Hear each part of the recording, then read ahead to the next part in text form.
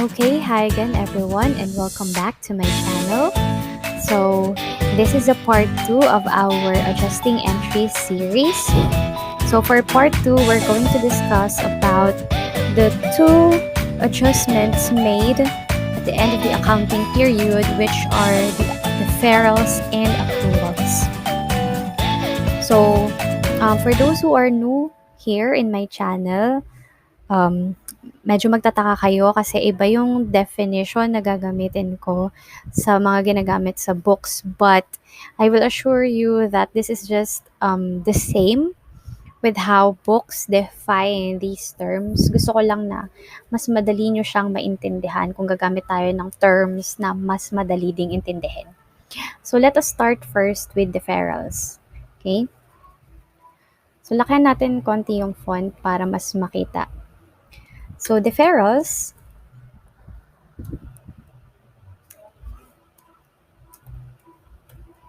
so ito yung mas kilala natin as prepaids.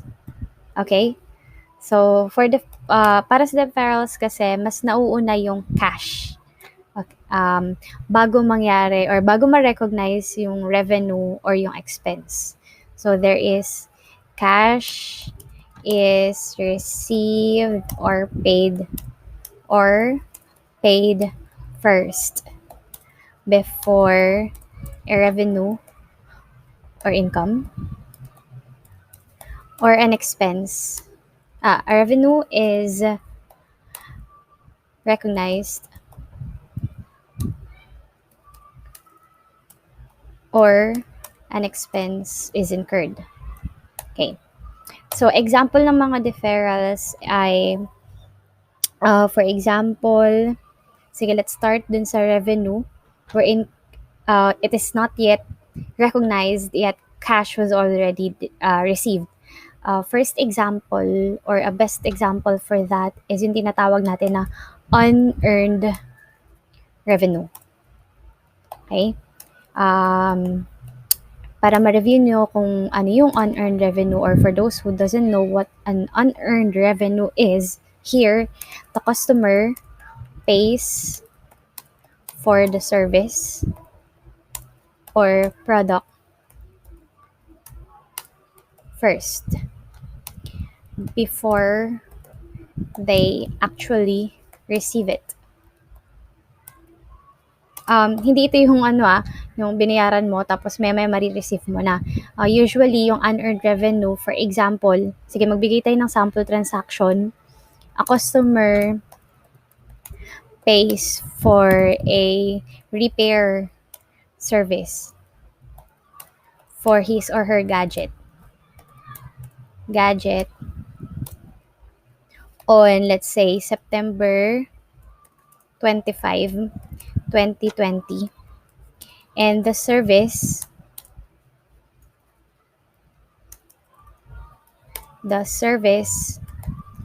will be done on October 10. There. So here, on September 25, the cash received from the customer is not yet earned as a revenue. Wala pang kinita doon si business. Nag-receive lang siya ng cash kay customer. Remember, di ba, we have defined revenue before. Balikan natin yung definitions. Scroll up ko lang. We have defined revenue before as earnings of the business. Okay. Sige, medyo kulang dito. So, dagdagan natin. Once a service is already rendered or goods or products has already been delivered to the buyer or customer. Okay?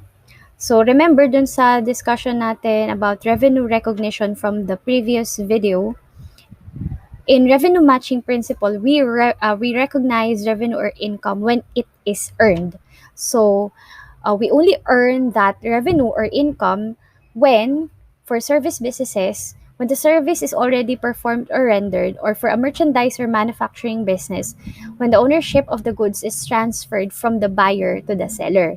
So, unless na pinerform mo yung service or nirender mo yung service dun sa customer or tinransfer mo na yung goods to the buyer, hindi mo pa na-earn yung revenue na yun. So, that is an example of a deferral in terms of a cash received in advance in lieu of of a service that will be rendered in the future. So another example of deferrals are prepaid expenses. So from the word itself, okay, prepaid expense. May expense na paid na siya in advance ni business. So here, the business pays for an expense in advance. Okay? So, an example is of this, though wala siyang term na prepaid. Kung mapapansin nyo kasi sa ibang prepaid expenses, usually may mga term sila na prepaid before another term. So, gagamitin ko dito is a term which doesn't use prepaid dun sa account title. For example, yung example natin dun sa first video, the supplies, 'di ba? So, yung supplies, bibilhin mo siya pero hindi mo pa kasi siya gagamitin. Remember yung definition natin ng supplies before, ay ng expenses before, items used up or consumed by the business. 'Di ba pag binili mo nga si supplies, like I said in the previous video, hindi mo pa naman siya gagamitin agad. Let's say, September 26, supplies are bought for 7,000 pesos cash. Yan. So, hindi pa siya expense kasi binili pa lang siya, hindi pa siya ginamit, hindi pa siya kinonsume. Prepaid expense yun. Another example of that, para hindi tayo malito, is mga prepaid rent, prepaid insurance, mga prepaid subscriptions, etc. So, kung mapapansin nyo, in both of our examples here, the unearned revenue and prepaid expense, nauna yung involvement ni cash. Sa unearned revenue, ulitin ko lang, na-receive na agad ni business yung bayad for a service to be rendered in the future. For prepaid expenses naman, nagbayad na si business for an expense na in the future pa mai-incur or sa future pa ma-use up or mako-consume. Just like yung supplies, yung prepaid rent, prepaid insurance, prepaid subscriptions, etc. Okay. So, in terms naman of classifying these two accounts, kahit na nakita niya na may word na revenue or may word na expense dito, since these are deferrals, these are not yet revenue and not yet expenses. Okay? Si unearned revenue, hindi pa siya revenue unless ma-render yung service. So, this means that si business, meron siya ditong obligation, take note ha, obligation to render that service in the future. So, balik tayo dun sa definition natin ng 5 elements. Okay? So, papasok siya sa liabilities. Okay? Kasi, it is an obligation. Okay? Which arise dito sa previous transaction na to, which is, yun nga, yung pagbabayad ni customer in advance for that service. Measurable in terms of money, of course. Since binayaran nga, ibig sabihin, meron ng amount na involved doon. And there is future settlement of that obligation. And that obligation will be settled only when the business renders the service. Okay? So, which means a deferral in terms of unearned revenue is classified as a liability. On the other hand, prepaid expenses, since hindi pa naman siya nagagamit ni business, kaya hindi pa siya na-expense, nagiging resources siya ni business. Paano siya nagiging resources ni business? Since nandyan pa yan, bayad na nila yan eh. Okay? Because of a previous transaction that has happened, which is binayaran nga nila. And since involved na nga si cash doon, meron ng amount, 'di ba? Measured na siya in a certain amount. Let's say yung supply sa example natin, 7,000 pesos. And the future economic benefit there is yung supply sa binili nila, they can use those supplies in the future, which means prepaid expenses are classified as an asset. Okay. There. So those are what deferrals are. So this is one of the accounts that no, not one, but one type of adjustments that a business needs to make. Okay, so we will discuss more on that later. So another one that the other adjustment that a business has to make is about accruals. Okay, so kung may deferrals, may accruals. So ano naman yung accruals? Versus deferrals. So for accruals, kabaliktaran siya ni deferrals. Kung si deferrals are prepaid, si accruals naman are unpaid transactions. So here, as I said, kabaliktaran, revenue or income is already recognized or expense was already incurred before cash was received or paid. Again, as I said earlier, hindi siya ura-urada na um, hindi siya ura-urada na nangyari ngayon, may bayad, hindi. So, there are certain number of days na dadaan bago mangyari tong involvement ni cash dito. So, for example, sige, let's give an example. So, for example, yung mga, what do you call that? For example, yung mga wages, 'di ba? Ang employee ng isang business nagtatrabaho 'yan araw-araw. And then merong certain period na binibilang para i-count yung sahod nila. Lalo na kapag monthly yung hindi naman pag monthly, yung iba kasi most of the time or ang pinaka-common is yung 15 days, 'di ba? 15 days interval yung sahod ng mga tao. So, for example, yung cut-off period nila is 1 to 15 of every month. By 15, hindi nila agad na-receive yung sahod nila for that period 1 to 15 kasi merong adjustment period na sinasabi. So, yung iba, na-receive nila yan, let's say, may sumasahod kasi ng 20 and 5, 20th and 5th of the month. So, yon. So, ibig sabihin, may mga number of days pa na dumadaan bago mabayaran ni business yung sahod ng employees nila. So, ang tawag doon is accrued salary. So, ito yung tinatawag na accrued expenses. So, example niyan, accrued salaries. Okay? Bakit siya naging accrued salary?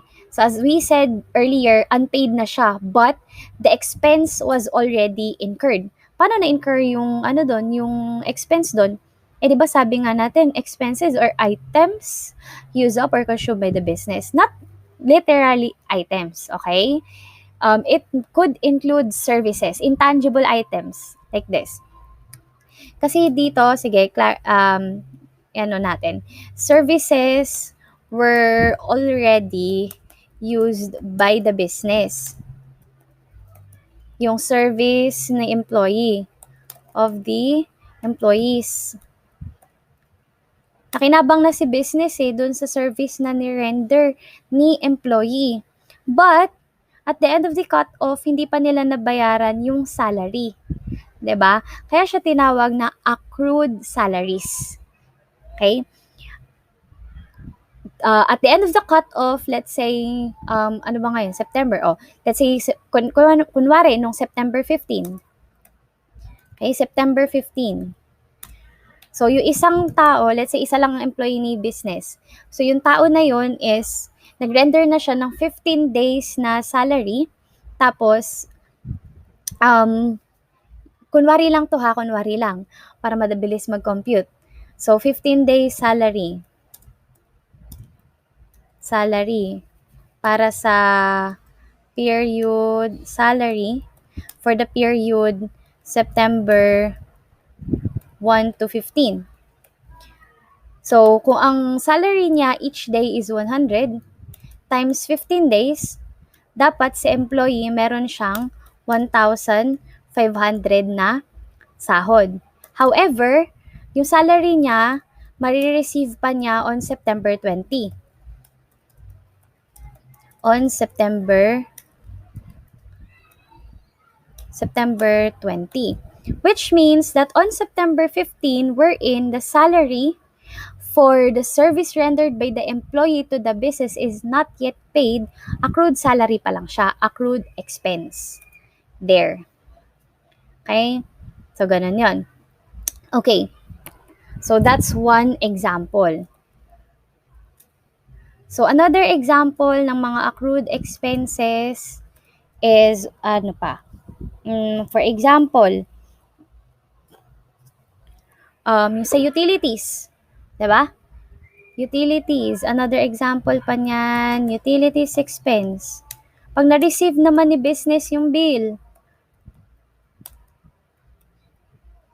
pag na-receive ni business yung bill ng ilaw, yung bill ng tubig, yung bill ng ilaw, kuryente, yung bill ng internet, yung bill nila, ng telephone bill nila, 'di ba? Hindi naman binabayaran agad ni business yun eh. Kahit nga yung mga individuals, 'di ba? Yung nanay, tatay nyo, kung sino man nagbabayad ng bill sa bahay nyo, pagka-receive ba ng bill, binabayaran agad?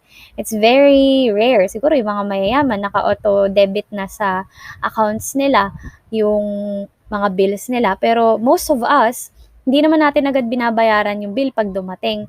We wait for how many days bago natin bayaran. So itong mga utilities expense na to, before yan mabayaran, ang tawag natin dyan, accrued utilities expense. Ayan. Until such time na mabayaran natin yan. So that's another example. Okay? So, another example are accrued revenues. Okay? Siyempre, kung may accrued expense, meron ding accrued revenues. Okay. So, these are services rendered. Ayan. Okay. Services rendered or goods delivered which were not yet paid. Yan. So, yan yung mga accrued income natin. So, pag not yet received.